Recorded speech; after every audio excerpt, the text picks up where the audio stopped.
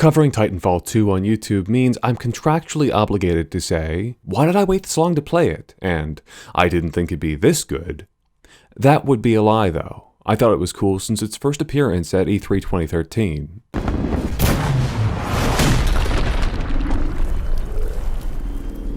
My only complaint then was the lack of a single-player experience, something that was rectified with the sequel. And when Titanfall 2 was announced to have a campaign, my thought wasn't, was it going to be good, but more, how excellent was it going to be? After all, this is from the same team that essentially defined 2 generations of FPS gaming. It wasn't exactly a surprise that when I started the campaign day of release, that what I got was a fast-paced imaginative shooter, with best-in-class gunplay and a willingness to introduce, iterate on, and then throw away concepts that other titles would center an entire game around. And then, in the years since, I played through it every few months. In doing so, some of the new game's sheen has worn off, and I find myself viewing it more critically, the set pieces and vistas that once floored me, now losing some of their impact. Brace yourself! Okay, no, yeah, that's still really cool. But the thought lingers, why does Titanfall 2 lose a little bit of its impact on each replay, where something like Modern Warfare has remained evergreen for me? The answer, I think, is in its pacing, and the unique difficulties of translating the mechanics from the original game to a single-player experience.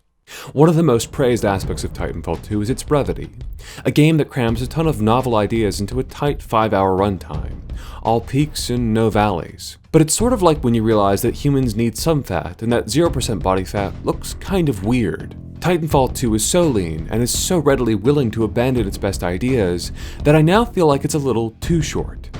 Take Effect and Cause, the mission in which you gain the ability to switch between 2 different times. The mission has a variety of applications for the ability, teaching you that you can get past obstacles by jumping back and forth between times, or having you manage 2 different groups of enemies in 2 different timelines, traveling between the 2 at the most opportune moments. This mission is talked about for a good reason, but it seems like a great deal of work is put into a mechanic that is only explored for about 30 minutes.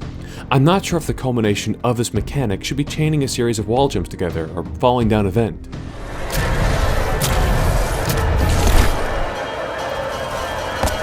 It seems like there should be more applications of this idea, like fighting 2 different titans in 2 different times, or simply having a few more combat arenas to mess around in. The same can be said of the other one-use mechanics, such as altering the environment, or making your way through a massive assembly line, the level building itself as you play through it. These are the kinds of concepts that could easily support 2 or 3 levels, rather than being found solely in one particular mission. That being said, these levels are still excellent, combining creative scenarios and technical wizardry to create some of the most iconic moments of the generation. I realized then that my issue is not so much with the game's willingness to introduce new concepts, so much as it's the lack of time where the core mechanics get the spotlight. In playing Respawn's earlier work, such as Modern Warfare 1 and 2, what struck me is that in between the massive set pieces that seem to define those games, stuff like All Gillied Up, Shock and Awe, and the Gulag, you get some less structured missions. A sandbox where you get to make your way through a village in any way you want, or a defensive mission in the middle of a strip mall that offers a wide array of interesting tactical decisions. Not necessarily as flashy or iconic, I don't think anyone is going to do a breakdown of Warpig, but vital in that they allow the player to stretch their legs mechanically.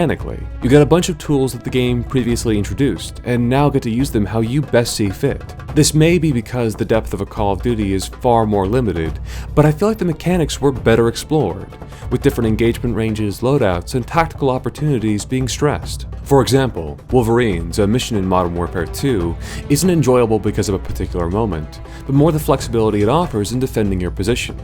You're spoiled for choice, with LMGs, automated turrets, predator drones, and thermal sniper rifles all at your disposal. Part of the fun upon replaying it is getting to choose which weapon you'll use, given that there are some legitimate trade-offs with each and a generous amount of ammo to experiment with.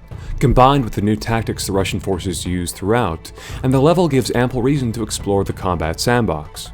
Wolverines can momentarily rest on the strength of the core gameplay, and allows players to put strategies and equipment into practice that they may have learned about in the prior levels. And in fact, the opposite is true of Titanfall.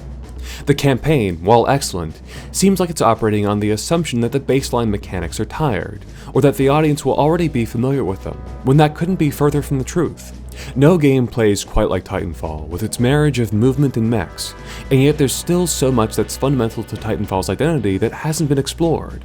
And I say explored, but what I mean is a few more levels that let the player fully embrace the wealth of options available to them. The one level, moment really, that sticks out in my mind as a less guided section of gameplay is this part in Blood and Rust.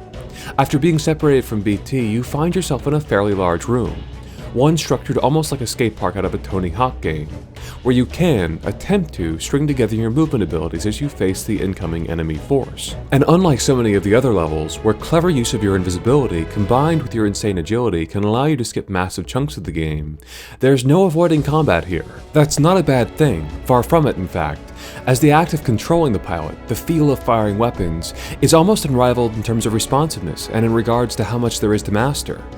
In this brief, cordoned-off section, you get a tremendous amount of flexibility, able to make use of the movement, suite of weapons, and even turning the enemies against themselves. While it can be argued that one should engage in combat for its own sake, and in that sense the game is flush with encounters, I feel that there should be a bit more motivation to actually utilize the mechanics. Because you're locked into this arena and are introduced to an enemy that will pursue the player, you're naturally encouraged to move around, and will likely use the movement and shooting in tandem with one another. I get that this is a fairly inauspicious section, especially when compared to basically every other level in the game, and in a sewer, no less.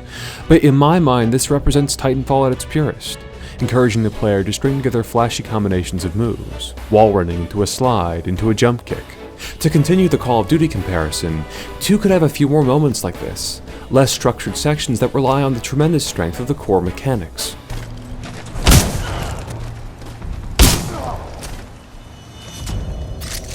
That's maybe the strangest aspect of the variety of the campaign. It feels like it's iterating on mechanics that still haven't been explored, like, well, calling in a Titan. It's maybe a little telling that when this aspect of the multiplayer that's almost mundane is treated with such reverence. You get a single, very cool Titanfall, one that's all but a QTE, and lacks the consideration calling one in the multiplayer entails. Even just letting the player have a steady supply of disposable Titans for one level would feel novel in and of itself, something not found in any other part of the campaign. The reason a Call of Duty campaign needs a constant stream of new mechanics is that without them, it becomes abundantly clear how shallow the gameplay often is. Play one of the weaker COD campaigns, and it's easy to be struck by how quickly the game devolves into a shooting gallery. It can be even more evident in the COD knockoffs, where it can be clear from the first bit of combat that, yeah, you will be spending the next few hours fighting near identical enemies in arenas strewn about with chest-high cover. In that sort of environment, a designer needs to make sure that there's at least something distinguishing one encounter from the next, whether that means escorting an NPC, creating what could generously be called a stealth sequence, or giving you a short stint in a vehicle. Titanfall, on the other hand, is a game that is almost innately exciting, where, in the multiplayer, you'll naturally find yourself in duels, pushing your Titan to the limit against overwhelming odds, or bolting across the battlefield as you narrowly avoid your hulking pursuer. Like, this is what normal looks like when playing. You are winning this battle. Keep fighting, pilot.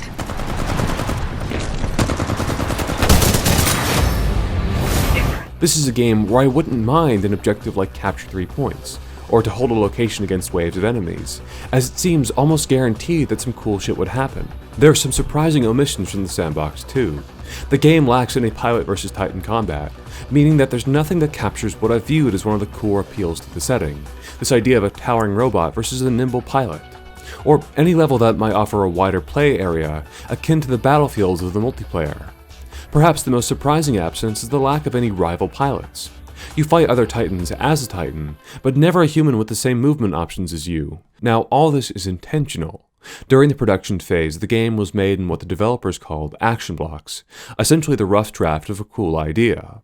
Something that built on the core mechanics in novel ways, and in fact, many of the most iconic aspects of the campaign were originally conceived of in this process, such as the time traveling of effect and cause, or the environmental manipulation of the relay. During this process, they also came to the conclusion that incorporating Titan versus pilot combat would be too time-consuming of a problem to work out for this entry, and focusing on it could have potentially pulled resources away from what would be the campaign's best moments. So instead of devoting time to replicating these dynamics, the game would instead emphasize pilot versus pilot combat or Titan versus Titan. We still needed to get human-sized and Titan-sized combat good. So we decided to just not figure that out this game. Because of those early action blocks, we knew that we didn't want to solve that hard problem that would, if we had kept working on it through the whole project, led to bloated production and a lot of time where eventually we would have had to cut it. Given that the game doesn't actually have any enemy pilots, these encounters are more accurately described as pilot versus grunt, or pilot versus the world. If there were enemy pilots that could actually match pace with your insane movement speed, it would probably mitigate the player's ability to so easily skip chunks of the game. As it stands, the assortment of enemies you do fight is somewhat underwhelming. The main enemy type you fight are grunts, and as the name would suggest, they aren't much of a threat. They are a great enemy to feel empowered against, cutting through entire squads in seconds, and as a Titan, you don't really have to think about them. As a result, grunts feel like they exist to be styled on, rather than as a proper challenge to have to overcome. In the multiplayer, grunts exist as a way of acclimating new players to the mechanics, something to shoot at that will help the team and allow you to earn a Titan.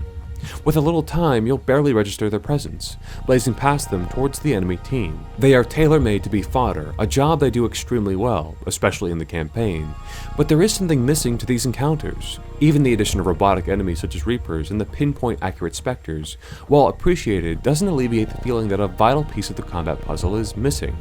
That said, as much as I might want rival pilots to hound you throughout the game, I imagine that creating AI that both utilized the movement and was enjoyable to fight might take an ungodly amount of fine-tuning. Now, I think in the long run, creating a competent pilot AI would be worth it, as it could not only benefit the single player, but could also be applied to the multiplayer portion of the game as well. Given the range of ways to kit out a pilot, fights in the campaign could have a tremendous range to them, and not just be a series of white-knuckle shootouts held perpetually in midair. Just looking at the apex predators you fight in the game, I could envision a tense stealth encounter against Ash, or having to outflank Richter as he sets up a defensive position with a holo shield. And yeah, maybe a final duel in the arc reactor, weaving in and out of industrial corridors while trading fire, with a countdown looming in the background. I say all this because the pilot gameplay is just that good, and I think much of my desire for a few more levels and a steeper challenge stems from how excellent the fundamentals of this half of the gameplay are, and how little one might see of it on an average playthrough. It's ironic then that the lesser half of the Titanfall dynamic is so well represented. Titan gameplay emphasizes the deliberate and strategic mindset, compared to the raw instinct that governs much of the pilot combat, and while not as deep, provides a nice contrast mechanically, where one mistake doesn't equate to instant death. Oh, that pilot's not good. Usually. And as compared to many other facets of gameplay that lose something in the jump from multiplayer to single player, the Titans are surprisingly faithful. You get to fight and utilize every class, from the terrifying area denial of Scorch to the constant barrage of Tone, which somehow manages to be just as insufferable even when not controlled by a human player. They make good use of their specific abilities, and each poses a remarkably distinct threat on the battlefield. Perhaps most surprising is their usage of their core abilities, ultra-powerful attacks unique to each class. Let a fight go on long enough and you'll have to contend with laser beams and volleys of missiles. Bump the difficulty up to master, and the sections of Titan combat prove to be a healthy challenge, where you'll have to really consider how best to tackle the assortment of enemies the game throws at you. My favorite part of all this are the bits of banter enemy Titans have. It's most noticeable with the apex predators you fight, but even the random Titan battles will have IMC pilots insulting you over the radio. You just don't know when to give up, do you? It's a detail that really sells the mood of these fights, lending them the feel of a dogfight or anime mecha battle, where their personality informs their fighting style. No! It's over with! No! The chapter Into the Breach also highlights how the lack of interplay between pilot and Titan can start to drag, as part of what makes operating a Titan so intense is attempting to use it as long as possible. Is it worth operating in a critical state, trying to get a little more value out of it, when a single melee attack is all it would take to destroy you, or should you abandon it, making yourself vulnerable to the enemy team? I have mentioned it before, but Titans are meant to be somewhat disposable. It's why you call them in. Because this dynamic isn't replicated, it can make extended bouts of Titan combat a little grating, where there's no question of whether or not you should ditch it. Batteries are dropped so generously, and getting out of BT to fight an enemy Titan is so risky that it's far easier to simply stay the course. It's something of a paradox. The parts of the game I want more from are the exact aspects the developers chose not to focus on.